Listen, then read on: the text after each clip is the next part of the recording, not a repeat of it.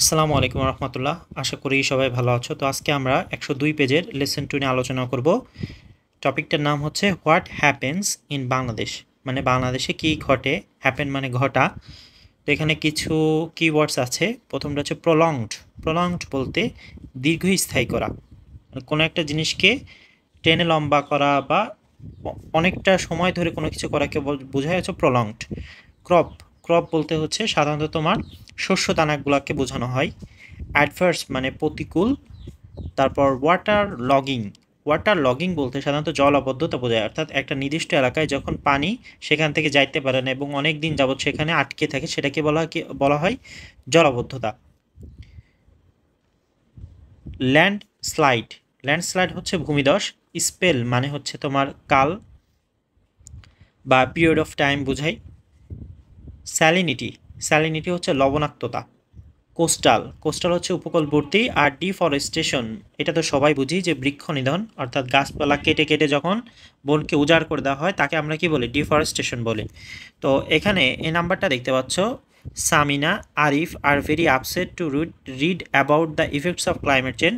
তাহলে সামিনা এবং আরিফ তারা যখন ক্লাইমেট চেঞ্জ জলবায়ু পরিবর্তনের ইফেক্টস প্রভাব সম্পর্কে তারা পড়তেছে, তারা কি অনেক আপসেট, ঠিক আছে, তারা অনেক মনমরা হয়ে গেল আর কি। They are more curious to know what will happen in Bangladesh. এবং তারা কিউরিয়াস হলো, কৌতূহল, আরও অনেক কৌতূহল হইল একটু জানার জন্য যে ভবিষ্যতে বাংলাদেশে কি হবে।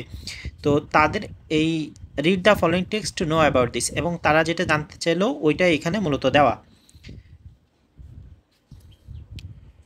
তো এখানে দেখতে পাচ্ছ প্রথমে বলছে Bangladesh is already experiencing the adverse impacts of global warming and climate change.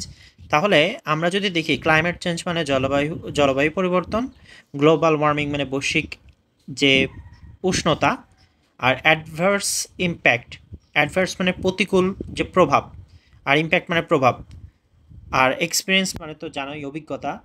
তাহলে অর্থ দাঁড়াচ্ছে এরকম যে জলবায়ু পরিবর্তন এবং বৈশ্বিক উষ্ণতার প্রতিকূল প্রভাব বাংলাদেশ ইতিমধ্যে কি করছে, এর অভিজ্ঞতা অর্জন করছে। অ্যান্ড অভিজ্ঞতা থেকে যদি আমরা এই অর্থটা দিই যে ইতিমধ্যে কি বিরূপ প্রভাবের সম্মুখীন হচ্ছে, তাহলে কিন্তু এটা আরও বেশি সুন্দর দেখায়।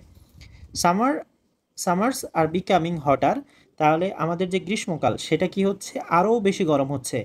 অ্যান্ড মনসান মনসুন কি হচ্ছে, মনসুন হচ্ছে ইররেগুলার হচ্ছে, অর্থাৎ আমাদের যে বর্ষার সময়টা সেটাটা অনিয়মিত হচ্ছে।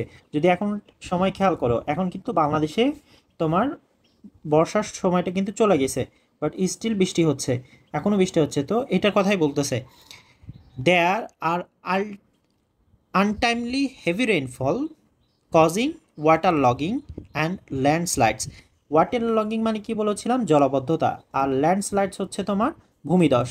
তাহলে ভূমিধস আর হচ্ছে জলাবদ্ধতা, এই দুটা মিলে কি করছে মূলত, আর আনটাইমলি হেভি রেইনফল, এই দুটা হচ্ছে মূলত অসময়ের প্রচুর বৃষ্টিপাতের কারণে, ঠিক আছে। Among other impacts are frequent floods, river erosion, crop damage due to drought, prolonged cold spells, salinity of water in the coastal areas। তাহলে আমরা একটু খেয়াল করবো এখানে যে অ্যামং আদার ইম্প্যাক্টস, এবং অন্যান্য যে প্রভাবগুলো আছে তার মধ্যে এখানে এইগুলো হচ্ছে সে প্রভাবগুলোর কথা বলছে। যেমন ফ্রিকুয়েন্ট ফ্লাডস হইতে, অর্থাৎ ঘন ঘন হচ্ছে তোমার বন্যা হচ্ছে। রিভার ইরোশন মানে তোমার নদীগুলো কি ভেঙে যাচ্ছে। ক্রপ ড্যামেজ, শস্য দানাগুলো নষ্ট হচ্ছে। ডিউ টু ড্রাউট মানে হচ্ছে তোমার খরার প্রভাবে, ড্রাউট মানে হচ্ছে খরা, খরার প্রভাবে শস্যগুলো নষ্ট হচ্ছে। প্রলংড কোল্ড স্পেল মানে এই যে কোল্ড স্পেল বলতে শীতকাল, তাহলে শীতকাল কি হচ্ছে, প্রলংড মানে দীর্ঘায়িত করা হচ্ছে, দীর্ঘায়িত হয়ে যাচ্ছে। স্যালিনিটি অফ ওয়াটার মানে পানির মধ্যে যে লবণাক্ততা ইন দ্য কোস্টাল এরিয়াস, অর্থাৎ উপকূলবর্তী অঞ্চলে, তাহলে উপকূলবর্তী অঞ্চলে পানির মধ্যে যে লবণাক্ততা সেটাও কি হচ্ছে, বেড়ে যাচ্ছে। পরেরটা দেখো, climate change has already started bringing disaster to Bangladesh. তাহলে এই যে ক্লাইমেট চেঞ্জ, জলবায়ু পরিবর্তন, হ্যাজ অলরেডি স্টার্টেড মানে ইতিমধ্যেই শুরু হয়ে গেছে, ব্রিঙ্গিং ডিজাস্টার টু বাংলাদেশ, বাংলাদেশে কি করছে, ডিজাস্টার্স মানে বিপর্যয় কি ডেকে আনতেছে আর কি, এক প্রকার টেনে আনছে। We remember the damage caused by Aila in 2009। তাহলে এই আইলা কিন্তু কারোর নাম না, ঠিক আছে, এটা হচ্ছে মূলত একটা বিপর্যয়ের নাম, যেটা কিনা 2009 হয়েছিল, এবং সেই 2009-এ এইটি দ্বারা যে ড্যামেজ, যে ক্ষতির সম্মুখীন আমরা হয়েছিলাম, সেটা কি করতে পারি এখনও, উই রিমেম্বার, আমরা স্মরণ করতে পারি। Climate change victims are increasing in numbers every day. তাহলে জলবায়ু পরিবর্তনের যে ভিকটিম বলতে এখানে হচ্ছে ক্ষতিগ্রস্ত, তাহলে জলবায়ু পরিবর্তনে ক্ষতিগ্রস্তদের সংখ্যা, ইন নাম্বার সংখ্যা, আর ইনক্রিজিং প্রতি বছর বৃদ্ধি পাচ্ছে, এভরিডে মানে প্রতিদিন। Number of families and villages মানে হচ্ছে গ্রামগুলো এবং পরিবারগুলোর যে সংখ্যা, that loose there Holmes permanently to river every year.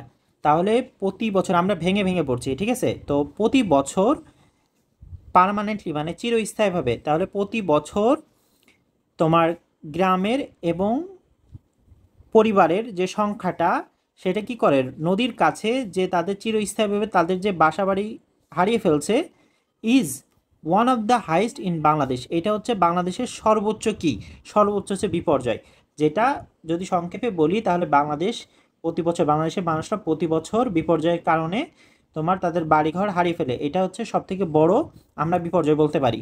And increasing number of people সাধারণ মানুষের যে সংখ্যাটা প্রতি বছর যে বৃদ্ধি পাচ্ছে, আর সাফারিং ড্যামেজ অর্থাৎ ক্ষতির সম্মুখীন হচ্ছে, আর লস টু দেয়ার প্রপার্টি অথবা তাদের সম্পত্তি হারিয়ে ফেলছে, অ্যান্ড সাম টাইম লাইফ এবং কিছু কিছু সময় কি তাদের জীবনটাও হারিয়ে ফেলছে, ডিউ টু ডিজাস্টার্স এই বিপর্যয়ের কারণে, কজড বাই ক্লাইমেট চেঞ্জ যেটা ঘটতেছে কারণ কি, জলবায়ু পরিবর্তন। Following the climate change, the river bank and coastal erosion R increasing at a alarming rate. তাহলে এই যে ক্লাইমেট চেঞ্জকে যদি আমরা অনুসরণ করি, তাহলে রিভার ব্যাঙ্ক মানে নদীর যে তীরবর্তী অঞ্চলগুলা, অ্যান্ড কোস্টাল ইরোশন মানে উপকূলবর্তী যে ক্ষয় হচ্ছে, আর ইনক্রিজিং বৃদ্ধি পাচ্ছে, অ্যাট অ্যান অ্যালার্মিং রেট সংখ্যাজনকভাবে বাহারে। It is estimated that 45 centimetre rise of sea level will flood almost 10.9% of our territory and will make 5.5 million people of our coastal region homeless. তাহলে আমরা যদি এখানে দেখি যে ইট ইজ এস্টিমেটেড, এটি কি হয়, ধারণা করা হয় যে মূলত, বা এটা যদি অন্যভাবে বলতে চাও আমরা লাস্টের থেকে বলতে পারি যে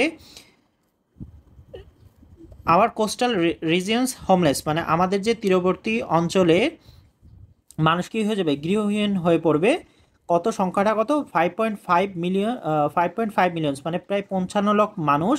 আর এটা কি করবে, কারা করবে, এটা অনুমান করা হচ্ছে যে 45 সেন্টিমিটার অফ সি লেভেল মানে তোমার সমুদ্রপৃষ্ঠ থেকে 45 সেন্টিমিটার যদি বৃদ্ধি পায়, তাহলে পৃথিবীর আওয়ার টেরিটরি আমাদের যে বাংলাদেশের যে টেরিটরি অঞ্চল আছে তার 10.9% কী হবে, ফ্লাড হবে, মানে হচ্ছে সেখানে বন্যায় সেই জায়গাগুলো প্লাবিত হয়ে যাবে, এবং এর কারণে এতগুলো মানুষ হচ্ছে কী হয়ে যাবে, হোমলেস হয়ে যাবে, অর্থাৎ গৃহহীন হয়ে পড়বে। তো দেখতে পাচ্ছ এটাই আমাদের প্যাসেজের লাস্ট অংশ ছিল। নেক্সট ক্লাসে আমরা পরবর্তী টপিক নিয়ে আলোচনা করবো। আনটিল দেন সবাই ভালো থেকো। আসসালামু আলাইকুম রহমতুল্লাহ।